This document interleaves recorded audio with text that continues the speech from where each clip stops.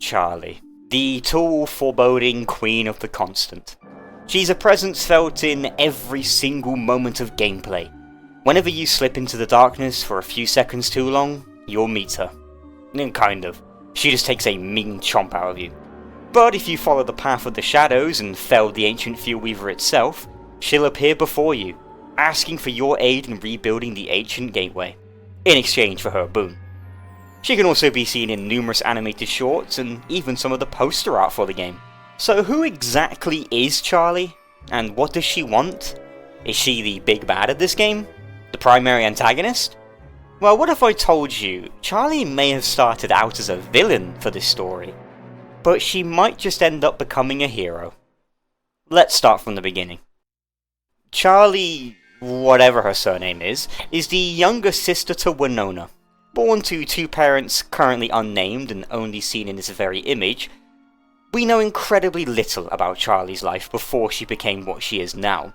We know that she looked for work as an assistant stage performer in San Francisco, which eventually landed her a partnership with one William Carter. The two hit it off pretty well. They would bond over their work together and possibly even have had a connection within each other.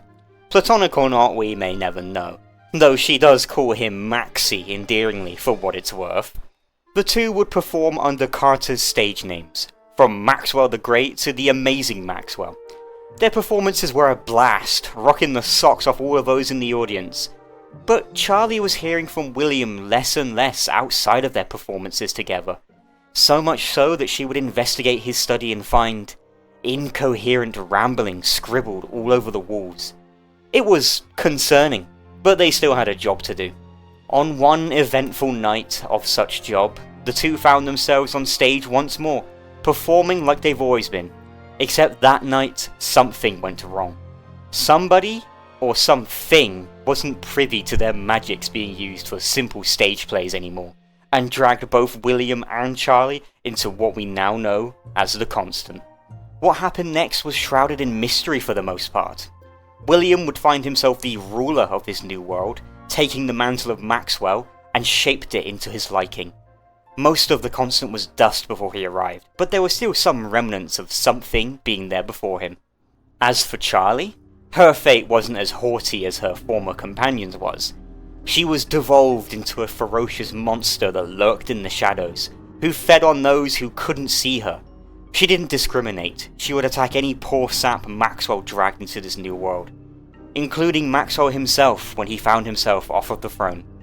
Off the throne. The Nightmare Throne. A literal throne that somehow holds domain over the Constant. Or at least this arm of the Constant. You can see Maxwell in a sorry state on this thing at the end of Solo Don't Starve's adventure mode, harking how they got tired of him. Releasing Maxwell from this throne promptly kills him and replaces him with you. For the sake of continuity, we're going to say that Wilson was the one that freed Maxwell from the throne and took his place. After that, an unknown amount of time passes, of which apparently the Chinese spin-off game New Home takes place, until Charlie herself is in audience of the quote-unquote King Wilson, trapped on the throne. We see Charlie in two distinct states at this point. Her calm, collected state, more akin to what she was most likely like before being taken to the Constant, and her feral night monster state. Violent, aggressive, and probably the face of the thing that eats your insides out when we're in the dark for too long. She takes pity on poor old Wilson trapped on the throne and, frees him, sending him back to the forest where he once came, leaving a throne room with no monarch. Charlie takes it upon herself to take the throne, and with it, become the new leader of the Constant. But she battles with what side will rule, her calm, collected side, or her violent and aggressive side. Untimely, she makes her decision. Both. A rose with its thorns. It's at this point we see Charlie in her final form, an amalgam of both her human side and her monstrous side, still lurking in the darkness as a creature of the night, but also able to rule with a somewhat level head. We have our first immediate questions. How? How was Charlie able to take control of both her forms so easily? And better yet, take heed on the Nightmare Throne without herself being bound and restrained by shadows? Hey, here's another question. Why does Charlie even have two forms? Well, to answer that question, we gotta look back a little bit. Not directly, since we're going to be looking towards the plays that you can perform via the stage found in-game. The stage placed there by Charlie herself. I'm not going to show you the entire performances since we'll be here all day, but just know that it's analogous to the entire story I just told you now. There is a character known as the Doll in the play. The Doll met a character known as the King. The King showed the Doll his magic and made a pact to travel together. They travelled together until the Doll, one fateful night, happened across the King's study, and from within his study, found the mirror. The mirror would tell the Doll that the King stole their power, and granted the Doll a piece of their magic, after the King tried to destroy both the Doll and the mirror, leaving them both broken. The Doll, if it isn't obvious, is Charlie, and the King is Maxwell. But the mirror, I feel, represents them. It's clear what happened here is whatever magic power Maxwell was using was not comfortable with their arrangement, be it Maxwell using it for fanciful displays of performance, or even taking lead as the King of the Constant, or maybe even an ulterior motive we didn't yet realise. After the King tried to destroy the Doll and the mirror used whatever little powers it had to rebuild the Doll into a broken but still powerful form. The Doll would use this form to track down the King, to use his power to rebuild the mirror and the Doll, as the Doll promised the mirror that she would rebuild them both. The King would cower in fear at the sight of the Doll, and would then banish themselves to a place the Doll could never find them. Now we're getting somewhere. The Shadows have Charlie a new body, the form known as the Night Monster, in a last-ditch effort after Maxwell most likely damaged them, or did something to hinder their strength and keep the Shadows at bay, for he did something to displease them. Night Monster Charlie was made by the Shadows, and be it through her own free will or the Shadows' corruption, wanted to rebuild herself, and the Shadows. Let's move on to the last chapter of this play. The Doll would look high and low for the King, but couldn't find naught of him. That was until the Fool was found prancing around the kingdom. The Doll would follow the Fool as it made its way to the King's throne room, where it would, accidentally, knock the King off his throne, killing him. The Doll would then excuse the Fool from the throne, and take the role of Queen herself. What was explained to us now was the entirety of Solo Don't Starve's story mode. The survivors, aka the Fool, find Maxwell's throne room, and release him from the Nightmare Throne, which, coincidentally, also led Charlie right to the throne. With the throne, she was able to get back the magic that was stolen from the Shadows, and rebuild herself, regaining part of her humanity, but also without losing the powers she gained from them. Now that we've been caught up on exactly who Charlie is and how she got here, it's time we explain what she wants. Well, in the play, the Doll made a promise to the mirror that they'll rebuild both of them after she got her power back. The Doll got her powers back, but the mirror did not. The truth of the story is that the mirror was already broken long before they met the King, and the King's magic is not enough to rebuild the mirror. If that doesn't spell it out for you, I don't know what will. Charlie wishes to rebuild them, setting them free, giving them their full power back. Is this a sign of empathy on Charlie's part? A promise she made she needed to fulfill? Or a service for the power she was given? Before we look at that though, we need to talk about who broke them. And I think a safe assessment to make would be the ancient civilization. The race of former crustacean people that lived in the ruins below the Constant. I'll save a full explanation for them for a future video, but their civilization thrived off their power, shedding their skin and ushering an era of prosperity after utilising the ancient gateway's shadow magic and nightmare fuel for their own deeds. That was until who is now known as the Ancient Fuel Weaver broke the ancient gateway, which is most likely what led to the collapse of the ancient civilization. Again, future video where I go into detail about all of that. I've got a real strong theory about that. So the ancient civilization broke the ancient gateway. The gateway directly to them. The entity that Charlie promised to rebuild. Maxwell's magic isn't enough to rebuild it, but do you know what is? The merry band of idiots that Maxwell dragged and left in the Constant. Oh, and probably the knowledge left behind by the same civilization that made the portal. The survivors would kill the Fuel Weaver and leave the gate in an active but still dormant state. It was missing something. That something? Dreadstone, of course. With Dreadstone from the survivors, Charlie is able to rebuild the ancient gateway, coming face to face with them, possibly for the first time. But instead of thanking Charlie or even saying anything to her at all, they just laugh at her and vanish, leaving Charlie bewildered and somewhat offended by what just happened. Did she just get tricked? Was she used by them just like Maxwell was? Now that the gateway is repaired, the shadow rifts rip through the constant. Is this what Charlie wanted? Most likely not, I feel. She may be queen of the shadows, and a part of her is forever bound to the shadows, but a part of her is still human, and being used and exploited like this is not sitting well with her. Shunned by their power, Charlie turns once more to Maxwell, the same person that stole their power and twisted it in the first place. An alliance formed on the common grounds of one thing: revenge against them, for tricking both of them, for leading them on for so long, and using them for their own selfish gains.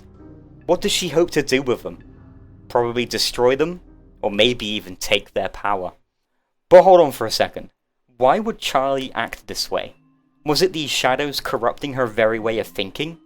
Well, considering half of her entire being is a feral beast, yes, most likely. But what if we go back to the play for one last time? Keen-eyed viewers may have noticed I missed the very first scene of the first act. In the very first scene, we're introduced to both the doll and the blacksmith. The doll wishes to be free, however the blacksmith warns her of the dangers of the world, and builds her a choking suit of armour, preventing them from exploring the world. The pressure from the armour cracks the doll's mask. The doll, as we can imagine, eventually sheds their armour and goes on to meet the king, and everything unfolds just like I told it. The doll is Charlie, as we know, but for the blacksmith, that is Winona, the older sister of Charlie. She wished to protect her from whatever the world could throw at her, and smothered her in protective care. Winona cared deeply for Charlie, but it was too much for her. It was suffocating. She wanted to be free, and now, she's got freedom, and then some. She's got an entire kingdom to rule. Notice how the doll's mask cracked because of the blacksmith's smothering care. It was because of those cracks that the doll was able to be shattered into her monstrous form and manipulated and twisted by the mirror. If Winona wasn't so protective of Charlie, funnily enough, she could have kept her safe. But hey, that's just a theory. DST theory. So yeah, my main prevailing theory is that Charlie was originally working to bring them back to fruition as an ally of the shadows, but then was betrayed by them, and is now looking to work against them in lieu of all they offered her. I think it's a safe assessment to make that Charlie was never in full control by them, and was instead working on her own free will, outside of her feral form. Notice how she never forced anybody into the constant like Maxwell did. All of the DST survivors were either already in the constant or ended up there by accident. Charlie did bring all of the survivors together, however, offering them a reliable way of passage in the form of the florid postern, replacing the rickety, jury-rigged gateway. Do you guys remember that thing, by the way? That was there before the game came out. She wanted them all together to help her originally fulfill her idea of helping the shadows, which they did. Obviously, Charlie is still not a very good person here. She may not have kidnapped anybody, but she did willingly allow the survivors to throw themselves into danger for her own purpose. However, there do exist some holes in my theory as well, such as, why is she only being open with this plan to Maxwell? Why doesn't she just talk to the other survivors? We need to keep in mind too, that Charlie formed an alliance with Maxwell before she repaired the ancient gateway, if we look at the order of the animated shorts as chronological.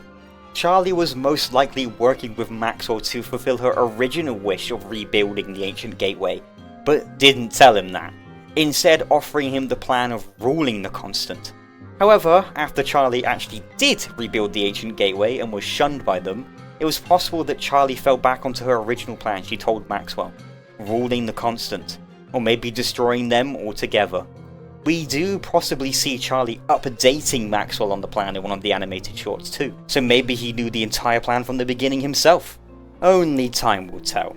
Although I feel like Charlie wishes to bring Alter into the picture. Perhaps that's why Wormwood found himself from the Hamlet Plateau into the forest, a connection to Alter. We know Alter and the Shadows are at war, as we can see in the Lunar Grotto, so maybe Charlie brought Wormwood here to help find a connection to Alter. I mean, we do see her in one of the animated shorts deliberately trying to seek Alter out. Why would that be?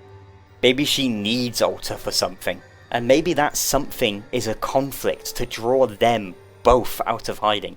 Or at least, the Shadows. Once again, a theory for another day, but I feel her plans for the Shadows ain't exactly as courteous as she originally would have hoped. Is Charlie evil? She did do some evil things. She did a lot of things that wouldn't slide in the court of law, and still doesn't, but I feel like she was misguided in her actions. She was saved from death via an otherworldly force and dedicated herself into repaying the favour. Her intentions were good, but her cause was not just. But I feel that now she's seen the Shadows for who they really are, she might be the hero the survivors need in order to get out of here. She's a better chance than Wagstaff is. That man is pure evil. Next time, however. Thank you all so much for watching this video. It was a heavy theory I've been cooking up for a long time. Let me know if there's any doodads and doohickeys that I missed, and maybe even let me know your take on this theory. Take care everybody, and have a lovely day.